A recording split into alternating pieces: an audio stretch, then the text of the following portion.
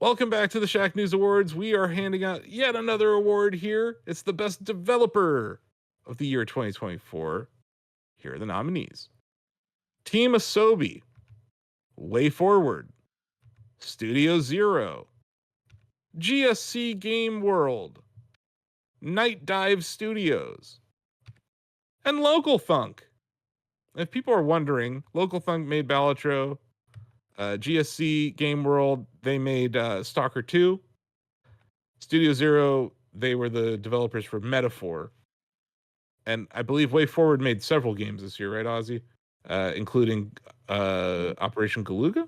They did. Right? Yeah, they did. Yes, we'll get to them shortly. Yeah. Just in case you're wondering, and Team Asobi is the Astrobot studio. These are not, some of these are not household names. So I felt, giving the folks at home at least a little idea of what game they released would be helpful for understanding why they're in this category. I just want to throw it out here. It's weird to not see Nintendo on this list. But here we are. No, but they found a lot of good talent for their games. Mm-hmm. For sure. They were using third-party studios, or like second-party studios a little bit more this year than usual. Yeah. Okay, so who wants to talk about Team Asobi and Astrobot? Who wants to sing the praises of Astrobot? TJ, I think you're about to jump in here.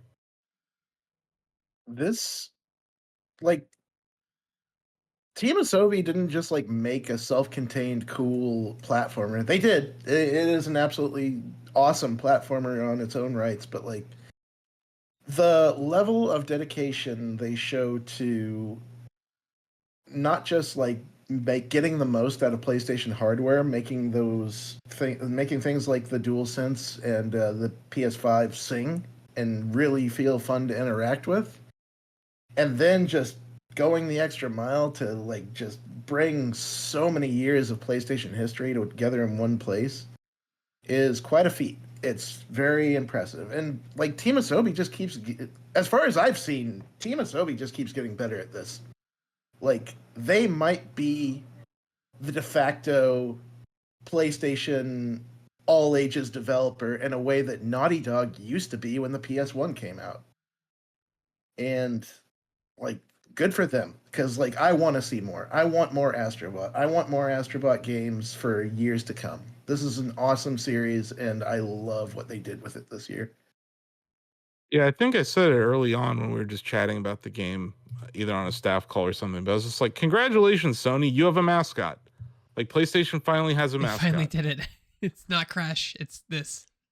Yeah, it's great. I thought it was going to be Sackboy, but they took it out back and beat him Oh with a sack of potatoes. no! Oh, His own family, they beat him to death with his own. There is a Okay. Sackboy cameo bot in Astrobot, and Oh, somebody that's made a sad. tweet of, "Oh no, they took him out back and skinned him, and now Astrobot is wearing him."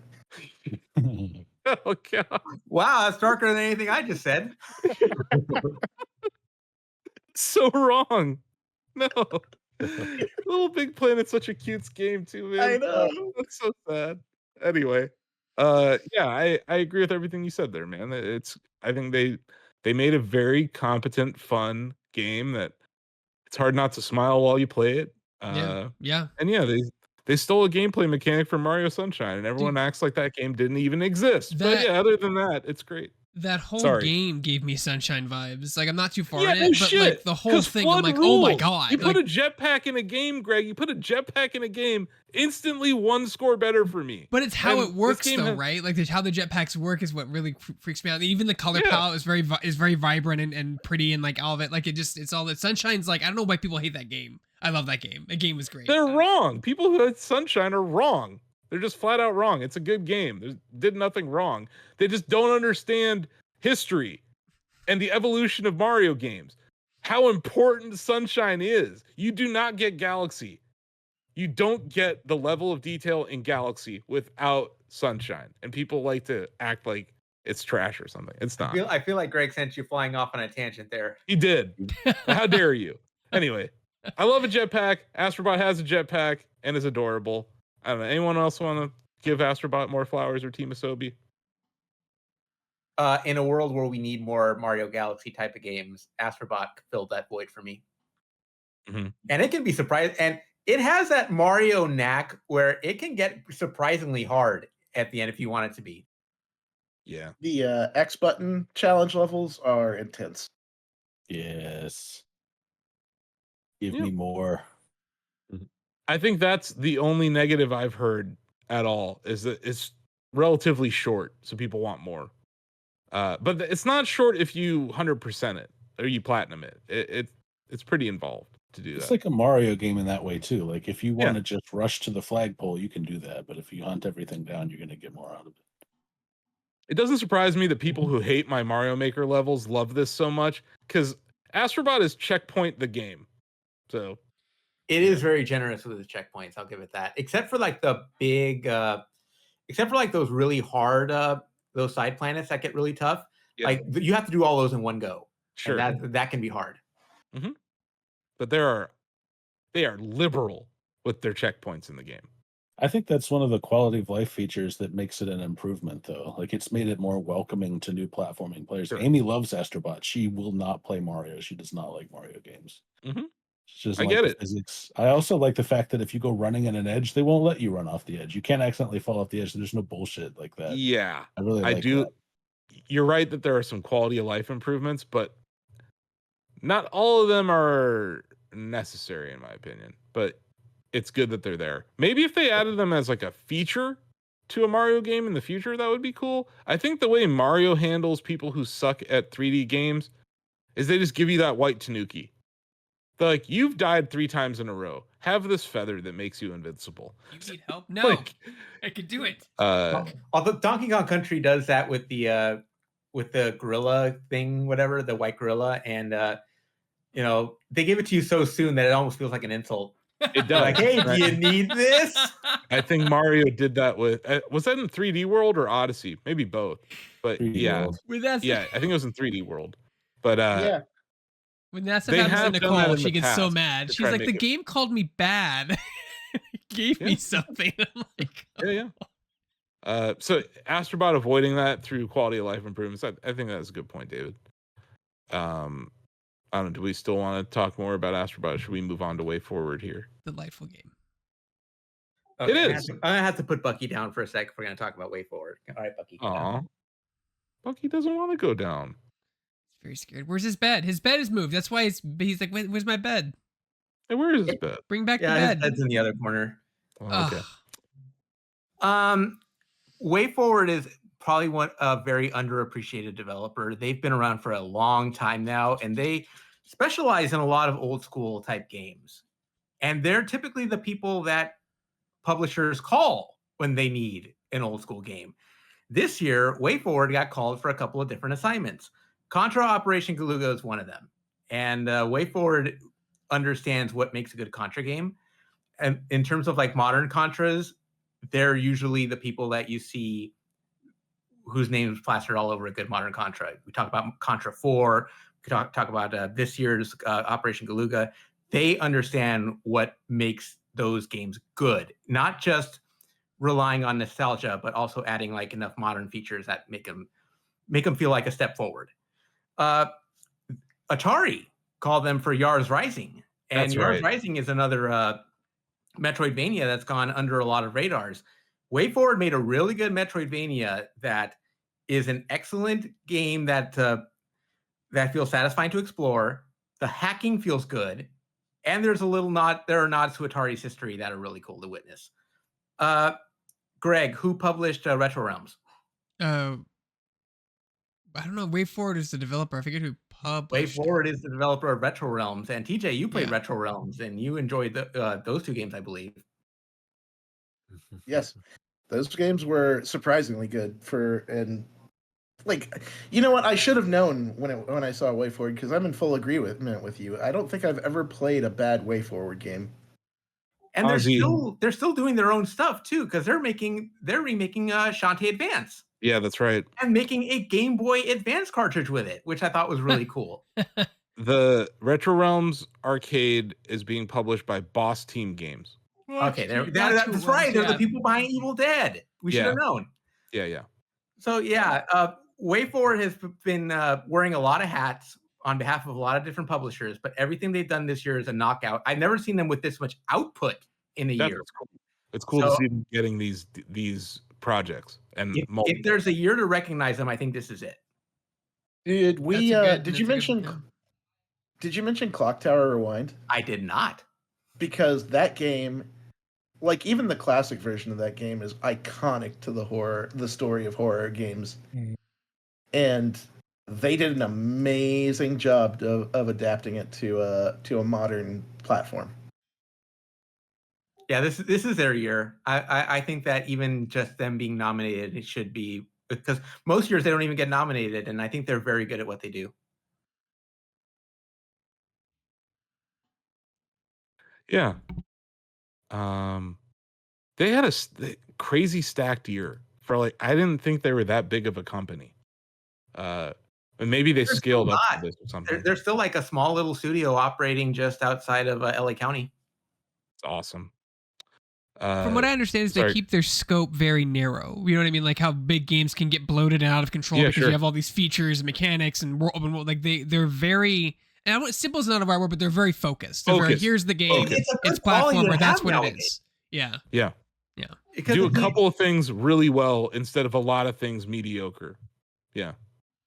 Because right now we're in a landscape of games where games can get bloated really fast, and Way Forward doesn't fall into that trap. Yeah. Cool. I think you nailed it there, Ozzy. Way Forward. I believe their That's a proper damn good name is argument, Way Ozzy, Forward. honestly. Yeah, Way Forward Technologies, I think is the name of their full proper- name. Yes. Yeah.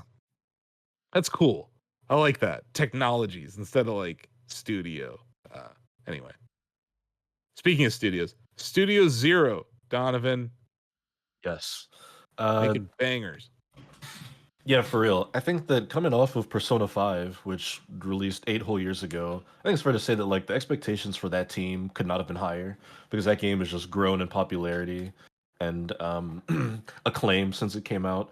And still, I think with Metaphor ReFantasio, they surpass those expectations. I think that game is better than any Persona I've played. They take so many of the systems from the Persona games and give them a fantasy spin. They introduce new mechanics. The quality of life improvements over at the Persona formula is brilliant in that game. The way that they've added like the overworld battling, which simplifies grinding. The fact that like now your main character can die, the protagonist can die in a fight, and it's not an automatic disqualification like it was in the Persona games. There's so much about Metaphor that improves on everything Persona was, which people already loved. Those games are already getting 9s and 10s, and somehow they made a game even better than those. All the while, introducing a brand new universe, an excellent story. Also, we've talked a lot back and forth just about the characters and the narrative twists, even early on in the game, let alone what they do later on in the story. Mhm. It's one that I was like maybe 15 hours in, and I was already like, God, I hope this is a new franchise. I hope this isn't a one-off. It may very well end up being one, but I hope that Metaphor does go on to be like its own little Persona sub-series. But I think that for me, as far as I'm concerned, I think Studio Zero made my favorite game of 2024, so they're more than deserving of this award. That's a tease. I think that's a tease for your game of the year right there, Donovan. It's no secret. I also feel that like it takes a lot of You did- talent. Oh, But good. you did give the game a 10 out of 10, right? I did, yeah. It's my only 10 to share. Yeah, I think that game is phenomenal. Mhm. And I'm a newcomer to the Persona series. I did not grow up with those games. I just got into them with 5 a little bit, and then P3 Reload earlier this year, which was a different Atlas team, but siblings.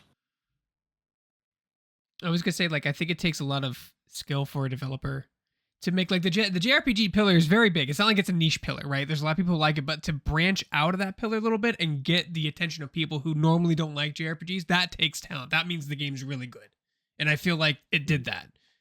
Like it branches out off the pillar to someone who would normally not play those types of games ever, right? And I think that's the success. Like that's what's really noteworthy about the game.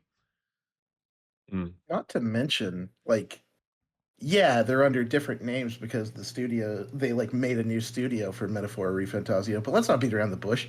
It's the same group that made Persona 3 Reload and the DLC for it this year. They put out like a combined total of probably 200 hours worth of RPG gameplay this year. Yeah. And like narrative heavy. and stylized to all hell and kind of genre redefining in some cases. I think the quality of life improvements they brought to Metaphor like should be used in every RPG going forward. I think that they're so good at making turn-based RPGs that like I didn't care about that genre for years. And then I played Persona 5 and I was like, okay, I care about turn-based again. It's just that it has to be fun. It has to be compelling. It has to have a good gameplay loop. And they have really figured that out better than I think most others. And the way that they use the in-game calendar to push the narrative and the story forward, I think is just, yeah, it sounds simple on paper, but when you see how they implement it, it's really masterful storytelling and narrative design. But yeah, I don't know if you can tell, I really like that studio. I think they did a great job this year. But so do I feel the same way about this next studio though. Bill, it's time for you to Yes. take up arms once more to spread the good word of Stalker 2 and GSC Game World. Yeah, and it's more of instead of a rah kind of a pitch. To release Stalker 2 from GSC Game World is nothing short of a miracle. They are fighting an actual war. Not necessarily everybody, but we know very well that one of the developers, his name was Vladimir. He's younger than Asif and myself, and probably a few other people here. If you've seen any of the stories written about him, he just looks like a really cool dude. Died in 2022 defending Kiev. And he was one of the developers on Stalker 2. And I think the fact that GSC Game World managed to release Stalker 2 on November 20th of this year, which was 1,000 days of the Ukraine-Russia war, there's nothing else in the industry like that. Like, I can't imagine if instead of having to come to a deliberation today, I had to take a gun and go defend my home. And parts of the country are rubble, and they still managed to develop Stalker 2 and release.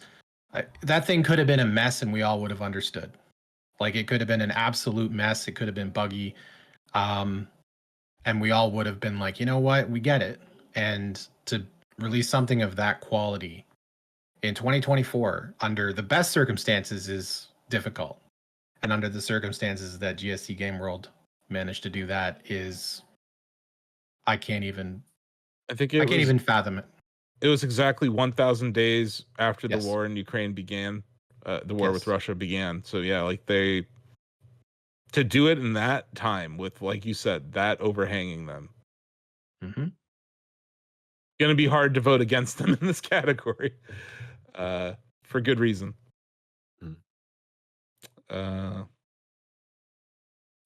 Yeah, I don't know. Good luck following that up, Night Dive Studios. Right. Hey, we love Night Dive. We love Night Night Dive is Dive. great. I'm sorry that they have to go after that, is all I'm saying. Because, like, you know, they did some cool stuff at Night Dive this year. Yeah, they are still doing God's work in the world of game preservation. Like, nobody does it like them. They have so much dedication to not only like choosing projects that are like almost every time I've talked to them, Larry Cooperman and Stephen Kick, it's always like this developer in our team played this game as a child and he really, really wanted to tackle that project. And then Stephen Kick was like, let's buy the rights to it. Or just like whatever it takes to get there. They make it happen. Like, that must be a wonderful place for passion projects because they seem to be pumping them out left and right. And it's really good as far as just like taking games that other people would like people that weren't of that generation would probably not know about and putting them in front of people. Who the hell thinks to dig up Killing Time Resurrected or Killing Time and make a full remaster of it? Yeah, that was weird. Yeah. I mean, they're doing the They're thing. making things. They're doing the thing. Yeah. The Thing was like one of my favorite games of that era. It's so weird, but it's so good too. And fingers crossed. Get to the we good get. stuff.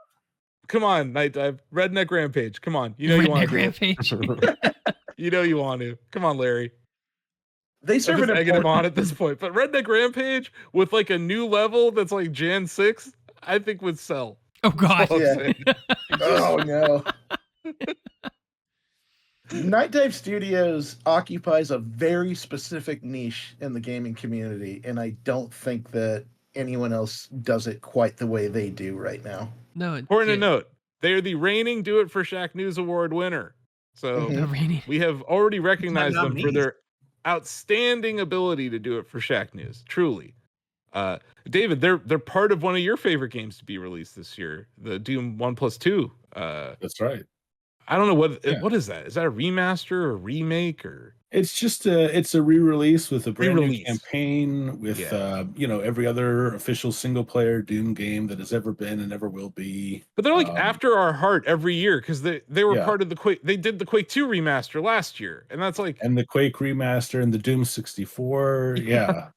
yeah. They bring something to QuakeCon every year, and every year, whatever they bring is just full blast. Like they Yeah. don't half-ass anything when they bring No. something to QuakeCon. It's also And you great can tell point. they're fans. Yeah. They're fans of Quake. Like the people, they're fans of Doom. Like the games that they're working on, they care about. That's why System Shock was another example of that. Like they loved System Shock. They put love into that, and like what we're getting out of these are really solid game experiences every time and consistently. And Right. yeah, I think that's what stuck out for me this year with them. Is like it may not be the year where they released the game that I love the most, but they show that they're just really damn good at this, like the best in the industry at this. And yeah, they got acquired by Atari, but they're still operating the same way. And that's what's cool. And then yes, last but not least, local thunk. This is a category full of amazing stories this year, you guys.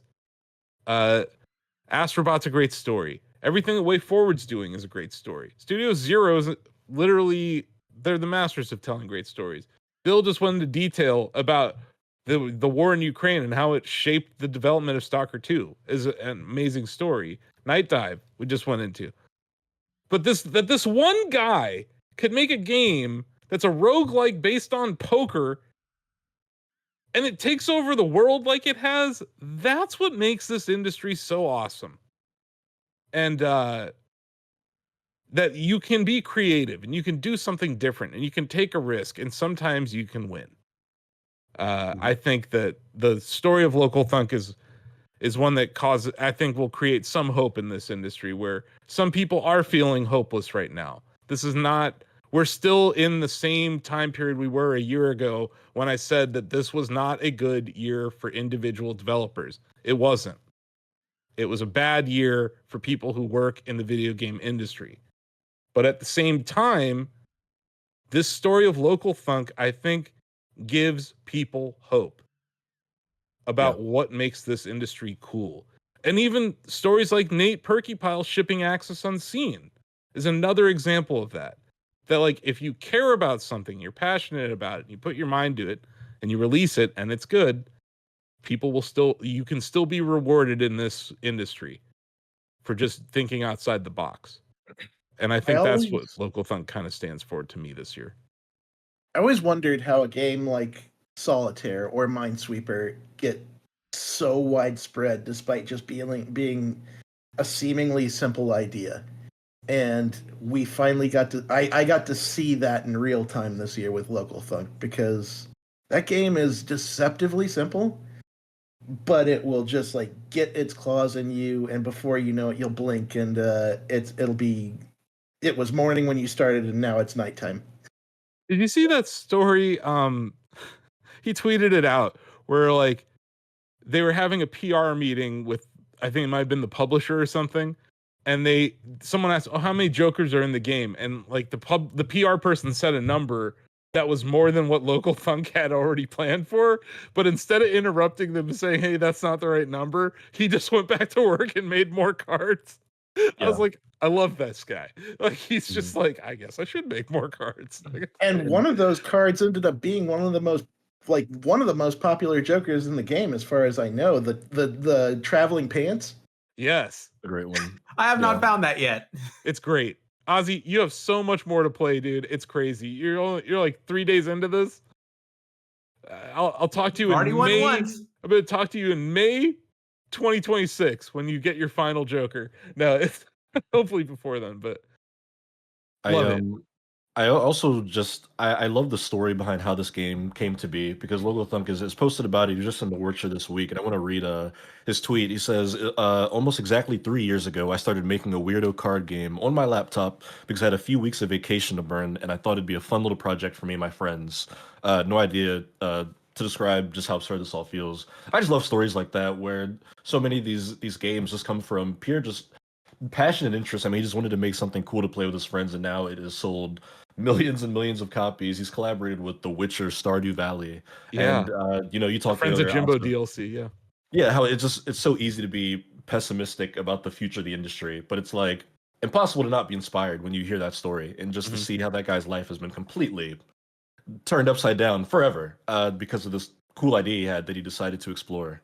And like so Yeah. many great creative people, Donovan, great inventors, great engineers, great whatever.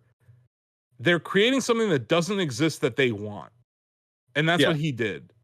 Mhm. And it sounds so simple to say that. It's so hard to execute. And that's what I'm inspired by Local Thunk this year and those 3 years previously when he was working on it. Like that's just it's we have to look for the good stories. Yeah, there's a lot of bad stories in the world right now. But this is a good story that people can learn from and the industry can learn from, right? Mhm. This is something I think certain developers understand. Nintendo, for instance, is not afraid to make a game that costs $20 or $40, right? They know we're going to sell this for $20 or $40, or this is going to be a live service Switch Online game, right?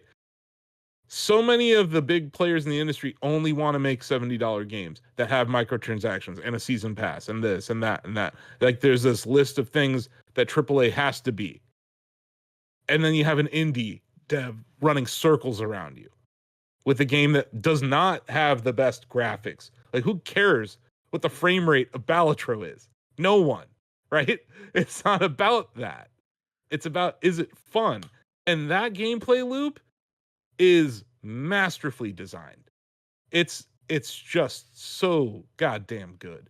The arcane cards, the spectral cards, the celestial cards, the jokers, the ability to upgrade your store, the ability to re-roll, the different decks that you get, and the different power-ups that you get with the different color decks.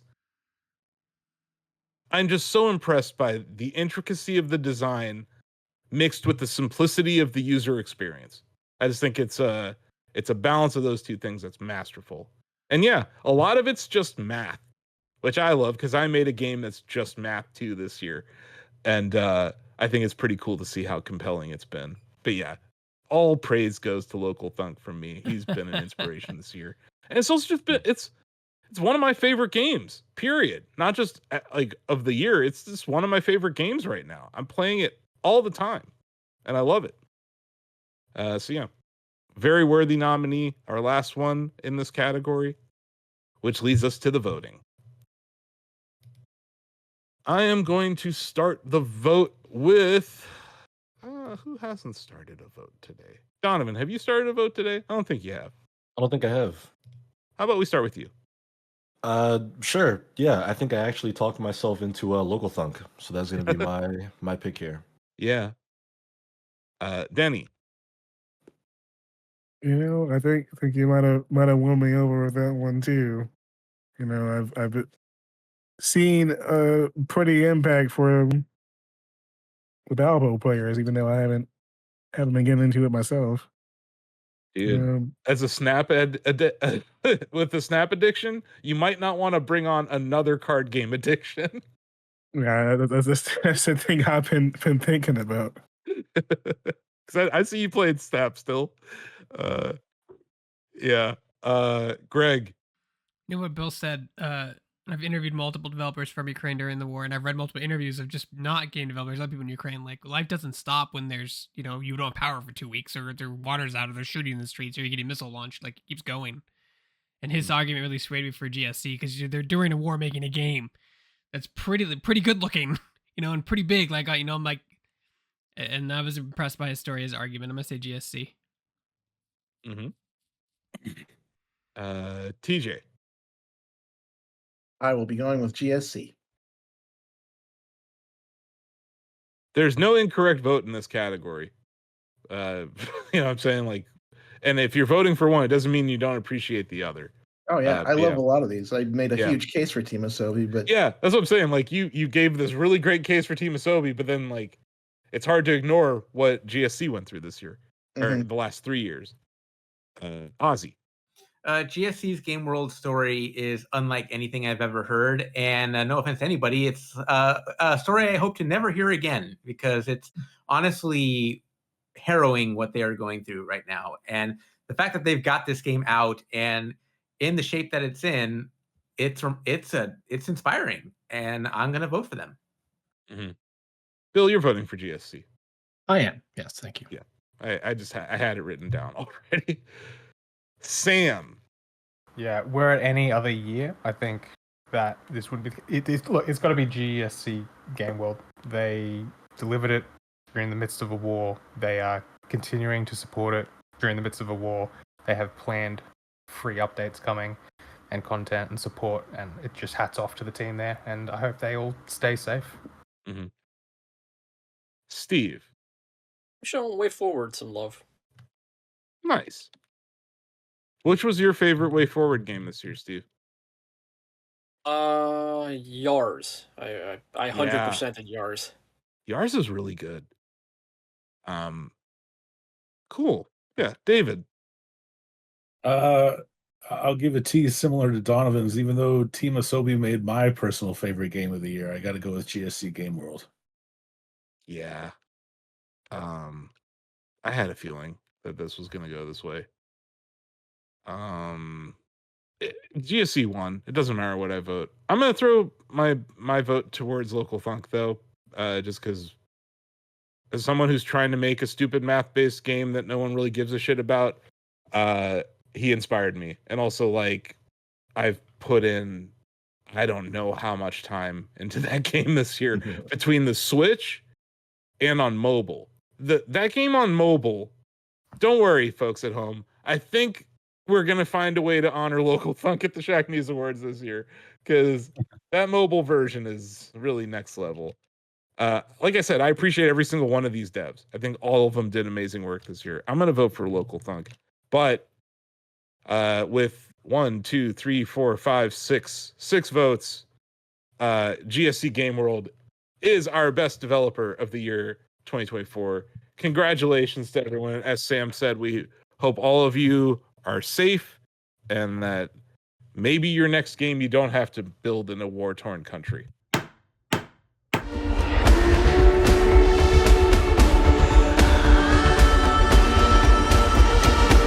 if we do nothing, houses on the mainland will continue to burn and collapse.